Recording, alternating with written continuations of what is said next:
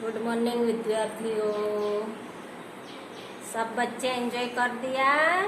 मामा के घर, मौसी के घर खेल कूद सब खत्म हो गया ने?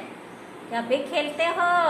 खेलना, लेकिन पढ़ाई भी साथ साथ करनी चाहिए। पढ़ाई करनी चाहिए कि नहीं? अभी स्कूल सबकी शुरू हो गई है ना बच्चों की। देख रहे हो ना, सब बच्चे पढ़ने बैठ जाते हैं सुबह ऑनलाइन। एक साल तक आप लोगों ने बहुत एंजॉय किया, पूरी पढ़ाई भी की नहीं है ना? तो अभी पास हो गए सब बच्चे। क्यों? अभी पढ़ाई भी बहुत ज़रूरी हो गई है। सब बच्चों को सुबह जल्दी उठ जाने का, नहा धोकर चाय नाश्ता करके मोबाइल लेके बैठ जाने का। 8 बजे से 1 बजे तक ऑनलाइन पढ़ने का है। पर शादी में गए थे सब बच्चे घूमने तो नहीं गए होंगे, लेकिन शादी में तो गए होंगे। क्यों? सारी मिठाई खाई होगी और तगड़े भी हो गए हो अच्छी तरह, तो सब खुश मंगलम होंगे। अभी हमारी पढ़ाई शुरू होगी बराबर। हमारे हिंदी का चैप्टर शुरू हो रहा है। हम कक्षा नंबर 6 पाठ है एक दयालु शिकारी की कहानी मैं सुनाती हूँ। आप लोगों को अच्छी तरह सुनने का है। बाद में मैं आपको सवाल और उसका उत्तर भी लिखवाऊंगी और अच्छी तरह आपको नोटबुक में फिर लिखने का है। तो मैं पढ़ रही हूँ कहानी, आप शांति से सुनिए। बहुत अच्छी कहानी है। एक दिन जंगल में एक शिकारी शिकार करने आया। उनके पास एक बंदूक थी।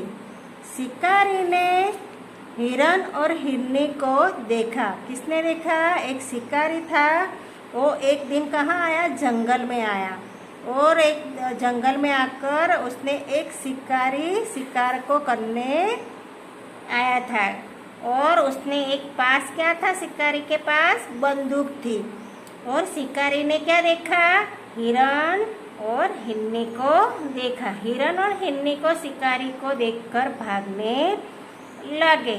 शिकारी पक्का निशानेबाज था। उसने बंदूक में से गोली छोड़ी। गोली हिरनी की टांग में लगी।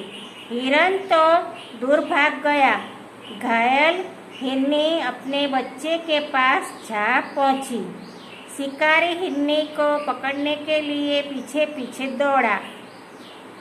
शिकारी ने देखा तो हिरनी अपने बच्चों के पास पहुंचकर बच्चे को प्यार कर रही थी। वह दृश्य देखकर शिकारी का हृदय परिवर्तन हो गया। क्या हो गया?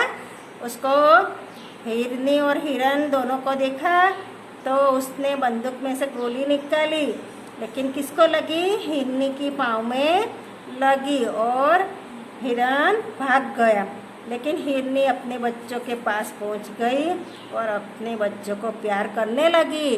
तब वो शिकारी वहाँ आकर देखा ये दृश्य तो उसको मन हृदय परिवर्तन हो गया। उसको दया आ गई।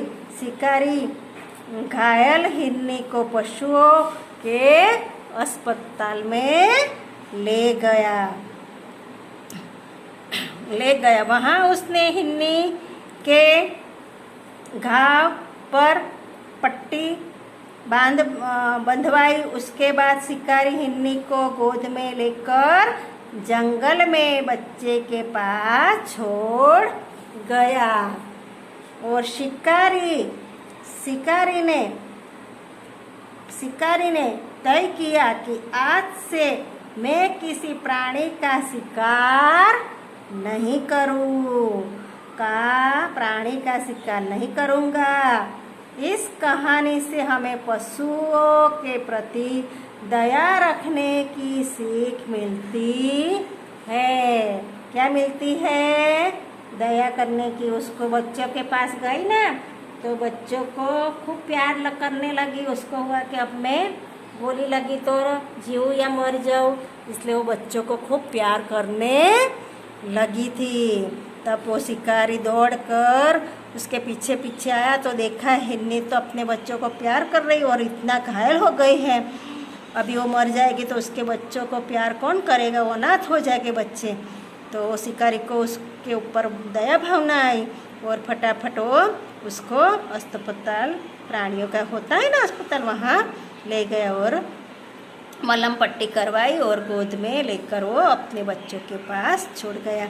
तब उसने पक्का मन में निश्चय कर लिया कि अब के बाद में कभी भी किसी को चोट नहीं लगाओ और शिकार पशुओं प्राणियों के नहीं करूँगा। तब से उसने शिकार छोड़ दिया। तो हमने इसमें से क्या सीख मिलती है कि कभी किसी को हमको चोट लगानी नहीं चाहिए, बराबर। छोटे बच्चे हो, कीड़े मकोड़े हो, जीव जंतु हो या प्राणी हो, बंदर हो, कोई भी हो, उसको कभी भी चोट लगानी नहीं चाहिए। पता चला इस कहानी में? ओके, चलो थैंक यू विद्यार्थियों। चलो बाद में मिलेंगे। हाँ, फिर मैं आपको देती हूँ।